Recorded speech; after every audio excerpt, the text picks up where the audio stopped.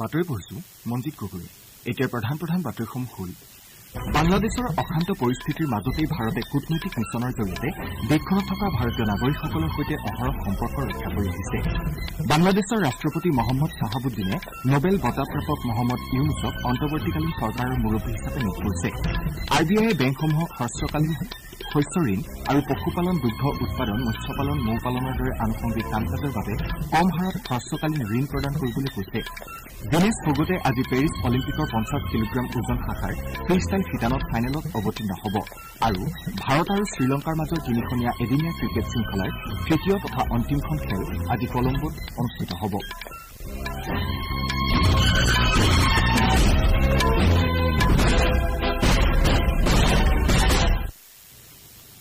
বাংলাদেশৰ অশান্ত পৰিস্থিতিৰ মাজতেই ভাৰতে কূটনৈতিক মিছনৰ জৰিয়তে দেশখনত থকা ভাৰতীয় নাগৰিকসকলৰ সৈতে অহৰহ সম্পৰ্ক ৰক্ষা কৰি আহিছে।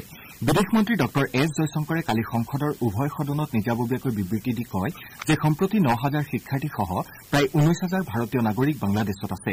তেওঁ কয় যে ঢাকাত থকা উচ্চ আয়োগৰ পৰামৰ্শমৰ্মে যোৱা মাহত ভালেসংখ্যক বিদ্যাৰ্থী ভাৰতলৈ উভতি আহিছে। নতুন দিল্লী মহলে দেশখনৰ সংখ্যালঘুৰ স্থিতিৰ ওপৰত নজৰ ৰাখি আছে বুলি ড জয়শংকৰে লোকসভা আৰু ৰাজ্যসভাক অৱগত কৰে। তেওঁলোকৰ সুৰক্ষা আৰু কল্যাণ সুনিশ্চিত কৰাৰ বাবে বিভিন্ন গোট আৰু সংস্থাই উদ্যম গ্ৰহণ কৰাৰ বাতৰি পোৱা গৈছে।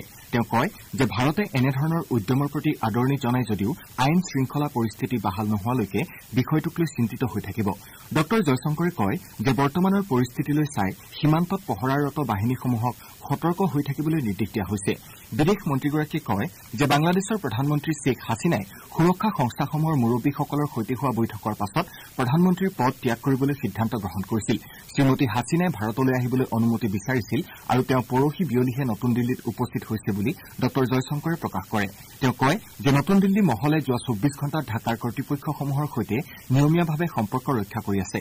তেওঁ লগতে কয় যে বাংলাদেশৰ স্থল সেনাধ্যক্ষ জেনেৰেল ৱাকাৰ উজ-জমানে পৰহি ৰাষ্ট্ৰক সম্বোধন কৰে আৰু দায়িত্বভাৰ গ্ৰহণ তথা এখন অন্তৰ্বৰ্তীকালীন চৰকাৰ গঠন কৰাৰ কথা ঘোষণা কৰে। বাংলাদেশত ভাৰতৰ কূটনৈতিক উপস্থিতি সন্দৰ্ভত ড জয়শংকৰে কয় যে ঢাকা উচ্চায়োগৰ উপৰি চট্টগ্ৰাম, ৰাজশ্বাহী, খুল্লা আৰু চিলেটত সহকাৰী উচ্চায়োগ আছে। তেওঁ কয় যে ভাৰতে বাংলাদেশ চৰকাৰে এই প্ৰতিষ্ঠানসমূহক আৱশ্যকীয় সুৰক্ষা প্ৰদান কৰিব আৰু পৰিস্থিতি সুস্থিৰ হোৱাৰ পাছত ইয়াৰ স্বাভাৱিক কাম কাজ আৰম্ভ হ'ব বুলি আশা কৰে। পাছত সদনৰ কাম কাজ দিনটোৰ বাবে স্থগিত ৰখা হয়। বাংলাদেশৰ ৰাষ্ট্ৰপতি মহম্মদ চাহাবুদ্দিনে নোবেল বঁটাপ্ৰাপক মহম্মদ ইউনুছক অন্তৰ্বৰ্তীকালীন চৰকাৰৰ মুৰব্বী হিচাপে নিয়োগ কৰিছে। ঢাকাৰ ৰাষ্ট্ৰপতি ভৱনত কালি সেনাবাহিনীৰ তিনিওটা শাখাৰ মুৰব্বী আৰু বৈষম্য বিৰোধী ছাত্ৰ আন্দোলনৰ 13জনীয়া প্ৰতিনিধিবৰ্গৰ সৈতে হোৱা ৰাষ্ট্ৰপতি চাহাবুদ্দিনৰ বৈঠকত এই সিদ্ধান্ত গ্ৰহণ কৰা হয়। ৰাষ্ট্ৰপতিৰ প্ৰেছ সচিব মহম্মদ জয়নাল আবেদিনে যোৱা নিশা সংবাদ মাধ্যমৰ আগত কয় যে বিভিন্ন ৰাজনৈতিক দলৰ সৈতে আলাপ আলোচনাৰ পাছত অন্তৰ্বৰ্তীকালীন চৰকাৰৰ আন সদস্যসকলৰ নাম চূড়ান্ত কৰা হ'ব। ৰাষ্ট্ৰপতিয়ে সংসদো ভংগ কৰি দিছে। প্ৰতিবাদৰ গুৰি ধৰা বৈষম্য বিৰোধী ছাত্ৰ আন্দোলনে পূৰ্বতে 84 বছৰীয়া ইউনুছে অন্তৰ্বৰ্তী চৰকাৰৰ মুৰব্বীৰ দায়িত্ব গ্ৰহণ কৰিবলৈ সন্মতি হোৱা বুলি প্ৰকাশ কৰিছে। ইউনুছে গ্ৰামীণ বেংকৰ জৰিয়তে দৰিদ্ৰতাৰ বিৰুদ্ধে চলোৱা অভিযানৰ বাবে 2006 চনত শান্তিৰ নোবেল বঁটা লাভ কৰিছিল। বাংলাদেশত সোমবাৰে সেনাই দায়িত্বভাৰ গ্ৰহণ কৰাৰ পাছত ভালেমান অংশত হিংসাত্মক ঘটনা সংঘটিত হয়। দেশখনত জুলাইৰ মাজভাগৰ পৰা অব্যাহত থকা অশান্ত পৰিস্থিতিৰ বাবে নিহত লোকৰ সংখ্যা 440লৈ বৃদ্ধি পাইছে। ইপিনে বাংলাদেশ নেশ্যনেলিষ্ট পাৰ্টীৰ মুৰব্বী তথা প্ৰাক্তন প্ৰধানমন্ত্ৰী খালেদা জিয়াক গৃহবন্দীত্বৰ পৰা মুকলি কৰি দিয়া হৈছে। 89 বছৰীয়া প্ৰাক্তন প্ৰধানমন্ত্ৰীগৰাকী দীৰ্ঘদিন ধৰি বৃক্ক, যকৃত আৰু হৃদযন্ত্ৰৰ সমস্যাত ভুগি আছে। ভাৰতীয় ৰিজাৰ্ভ বেংক RBIয়ে কেন্দ্ৰীয় চৰকাৰৰ সংশোধিত সুদ সাহায্য যোজনা অব্যাহত ৰখাৰ সিদ্ধান্তলৈ চাই বেংকসমূহক হ্ৰস্বকালীন শস্য ঋণ আৰু পশুপালন, দুগ্ধ উৎপাদন, মৎস্যপালন, নৌপালনৰ দৰে আনুষংগিক কাম কাজৰ বাবে কম হাৰত হ্ৰস্বকালীন ঋণ প্ৰদান কৰিবলৈ কৈছে। এই আঁচনিৰ অধীনত খেতিয়কসকলক 7% সুদৰ হাৰত 3 লাখ টকালৈ ঋণ প্ৰদান কৰা হ'ব। RBIয়ে এখন জাননীযোগে কৈছে যে ঋণ প্ৰদানকাৰী প্ৰতিষ্ঠানসমূহক 2024-25 বৰ্ষৰ বাবে সুদৰ ক্ষেত্ৰত 1.5% ৰেহাই প্ৰদান কৰা হ'ব। সময়মতে ঋণ পৰিশোধ কৰা খেতিয়কসকলক 3% অতিৰিক্ত সকাহ প্ৰদান কৰা হ'ব বুলি RBIয়ে জানিবলৈ দিছে। ভাৰতীয় ৰিজাৰ্ভ বেংকে হ্ৰস্বকালীন ঋণ লাভ কৰাৰ বাবে আধাৰ নম্বৰৰ সৈতে নাম সংযোগ কৰাটো বাধ্যতামূলক হ'ব বুলি প্ৰকাশ কৰিছে। খেতিয়কসকলে যাতে বিপদৰ সময়ত কম দামতেই উৎপাদিত সামগ্ৰী বিক্ৰী কৰিবলগীয়া নহয়, তাৰ বাবে তেওঁলোকক গুদামত শস্য মজুত ৰাখিবলৈ উৎসাহিত কৰাৰ বাবে কিষাণ ক্ৰেডিট কাৰ্ড আঁচনিৰ অধীনত ক্ষুদ্ৰ আৰু উপান্ত খেতিয়কসকলক শস্য চপোৱাৰ পাছত 6 মাহলৈকে অতিৰিক্ত সময়ৰ বাবে সুদৰ ক্ষেত্ৰত ৰেহাই প্ৰদান কৰা হ'ব।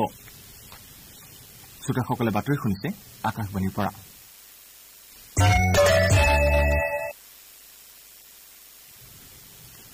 ভাৰতৰ মহিলা মল্লযুদ্ধৰ বাবে আজি এটা ঐতিহাসিক দিন। অলিম্পিকৰ ইতিহাসত ফাইনেলত প্ৰৱেশ কৰা দেশৰ প্ৰথমগৰাকী মহিলা মল্লযোদ্ধা ভিনেছ ফগটে আজি পেৰিছ অলিম্পিকৰ 50 কিলোগ্ৰাম ওজন শাখাৰ ফ্ৰী ষ্টাইল শিতানত ফাইনেলত অৱতীৰ্ণ হ'ব। ফগট ফাইনেলত আমেৰিকা যুক্তৰাষ্ট্ৰৰ ছাৰা এন হিলডেব্ৰাণ্টৰ সন্মুখীন হ'ব। খেলখন ভাৰতীয় সময় অনুসৰি নিশা 9:45 আৰম্ভ হ'ব।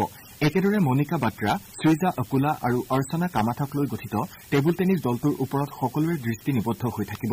দলটোৱে দিনৰ 1:30 বজাত কোৱাৰ্টাৰ ফাইনেলত উচ্চ বাছনিপ্ৰাপ্ত জাৰ্মানীৰ প্ৰতিদ্বন্দ্বীৰ সন্মুখীন হ'ব। ইপিনে বেগাই খোজ কঢ়াৰ ৰিলে শিতানত সুৰজ পাৱাৰ আৰু প্ৰিয়ংকা চৌধুৰীয়ে দিনৰ 11 বজাত দেশক প্ৰতিনিধিত্ব আগবঢ়াব। আনহাতে অদিতি অশোক আৰু দীক্ষা দুপৰীয়া 12:30 বজাত মহিলাৰ ব্যক্তিগত ষ্ট্ৰোক প্লেৰ প্ৰথম ৰাউণ্ডত অৱতীৰ্ণ হ'ব। এথলেটিকছত জ্যোতি ইয়াৰাজী, সৰ্বেশ অনিল কুছাৰে আৰু আব্দুল্লাহ নাৰাংগলিনটেভিডাই ক্ৰমে হাৰ্ডেল, হাইজাম্প আৰু ট্ৰিপুল জাম্পৰ প্ৰথম ৰাউণ্ডত খেলিব। অবিনাশ চাৱলে পুৰুষৰ 3000 মিটাৰ ট্ৰিপুল ষ্টেজৰ ফাইনেলত পদক জয়ৰ লক্ষ্যৰে অৱতীৰ্ণ হ'ব। ইপিনে টকিঅ' অলিম্পিকত ব্ৰঞ্জৰ পদক বিজেতা মীৰাবাই চানুৱে একেৰাহে দ্বিতীয়বাৰৰ বাবে পদক জয়ৰ প্ৰয়াস চলাব। চানু নিশা 11 বজাত মহিলাৰ ভাৰোত্তোলনৰ 49 কিলোগ্ৰাম ওজন শাখাত অৱতীৰ্ণ হ'ব। চৰকাৰে CS ছেত্ৰীক ভাৰতীয় ষ্টেট বেংকৰ অধ্যক্ষ হিচাপে 3 বছৰৰ বাবে নিযুক্তি দিছে। শ্ৰীছেত্ৰী বৰ্তমান বেংকটোৰ আটাইতকৈ জ্যেষ্ঠ প্ৰবন্ধ নিৰ্দেশক হিচাপে কৰ্মৰত হৈ আছে। বৰ্তমানৰ অধ্যক্ষ দীনেশ কুমাৰ খেৰাৰ ঠাইত 28 আগষ্টত নতুন অধ্যক্ষ হিচাপে CS ছেত্ৰীয়ে দায়িত্ব গ্ৰহণ কৰিব। নতুন দিল্লীত আজি 10ম ৰাষ্ট্ৰীয় হস্ততাঁত দিৱস উদযাপন কৰা হ'ব। উপ ৰাষ্ট্ৰপতি জগদীপ ধনখৰে হস্ততাঁত খণ্ডলৈ আগবঢ়োৱা অৱদানৰ বাবে শিল্পীসকলক সন্ত কবীৰ বঁটা আৰু ৰাষ্ট্ৰীয় হস্ততাঁত বঁটা প্ৰদান কৰিব। উপ ৰাষ্ট্ৰপতিগৰাকীয়ে পৰম্পৰা ভাৰতীয় হস্ততাঁত পৰম্পৰাৰ বহন ক্ষমতা শীৰ্ষক এখন গ্ৰন্থ উন্মোচন কৰিব। কেন্দ্ৰীয় বস্ত্ৰ মন্ত্ৰী গিৰিৰাজ সিং আৰু উদ্যোগ জগতৰ প্ৰতিনিধি, ডিজাইনাৰ্ছ, ৰপ্তানিৰ সৈতে জড়িত লোকসকলৰ লগতে দেশৰ সহস্ৰাধিক বয়নশিল্পীয়ে অনুষ্ঠানত অংশগ্ৰহণ কৰিব। তাঁত শিল্প খণ্ডৰ গুৰুত্ব আৰু দেশৰ আৰ্থ সামাজিক উন্নয়নত খণ্ডটোৰ অৱদান সম্পৰ্কে সজাগতা সৃষ্টি কৰাই এই উদযাপনৰ উদ্দেশ্য। বিদেশ পৰিক্ৰমা মন্ত্ৰালয়ে ভাৰতীয় নাগৰিকসকলক বিশেষ প্ৰয়োজন নাথাকিলে লিবিয়া ভ্ৰমণ নকৰিবলৈ পৰামৰ্শ প্ৰদান কৰিছে। ইয়াৰ পূৰ্বে 2016 চনৰ 23 মেত মন্ত্ৰালয়ে ভাৰতীয় নাগৰিকসকলৰ লিবিয়া ভ্ৰমণত নিষেধাজ্ঞা আৰোপ কৰিছিল। লিবিয়াৰ সাম্প্ৰতিক পৰিস্থিতিৰ প্ৰতি লক্ষ্য ৰাখি ভাৰতীয়সকলক এই আহ্বান জনোৱা হৈছে। লিবিয়াত থকা ভাৰতীয় নাগৰিকসকলক স্থলপথেৰে অন্য প্ৰান্তলৈ যাত্ৰা নকৰিবলৈ আৰু সতৰ্কতা অৱলম্বন কৰিবলৈ আহ্বান জনোৱাৰ লগতে মন্ত্ৰালয়ে ত্ৰিপলিস্থিত ভাৰতীয় দূতাবাসৰ সৈতে যোগাযোগত থাকিবলৈও পৰামৰ্শ প্ৰদান কৰিছে। ৰাষ্ট্ৰপতি ভৱনত থকা অমৃত উদ্যান এই মাহৰ 16 তাৰিখৰ পৰা অহা মাহৰ 15 তাৰিখলৈকে সাধাৰণ নাগৰিকৰ বাবে খোলা থাকিব। ৰাষ্ট্ৰপতি দ্ৰৌপদী মুৰ্মুৱে 14 আগষ্টত অমৃত উদ্যানৰ এইবাৰৰ গ্ৰীষ্মকালীন সংস্কৰণৰ মুকলি অনুষ্ঠানত আনুষ্ঠানিকভাৱে মুকলি কৰিব। প্ৰথমবাৰৰ বাবে ৰাষ্ট্ৰীয় ক্ৰীড়া দিৱস উপলক্ষে 29 আগষ্টত খেলুৱৈসকলৰ বাবে আৰু শিক্ষক দিৱস উপলক্ষে 5 ছেপ্টেম্বৰত শিক্ষকসকলৰ বাবে উদ্যানখন আৰক্ষণৰ ব্যৱস্থা কৰা হৈছে। ভাৰত আৰু শ্ৰীলংকাৰ মাজৰ 3খনীয়া এদিনীয়া ক্ৰিকেট শৃংখলাৰ তৃতীয় তথা অন্তিমখন খেল কলম্বোৰ আৰ প্ৰেমদাসা ষ্টেডিয়ামত আজি অনুষ্ঠিত হ'ব। খেলখন ভাৰতীয় সময় অনুসৰি দিনৰ 2:30 বজাত আৰম্ভ হ'ব। শ্ৰীলংকাই দ্বিতীয়খন এদিনীয়াত 32 ৰানত জয়লাভ কৰি শৃংখলাত 1-0 ফলাফলত আগবাঢ়ি আছে।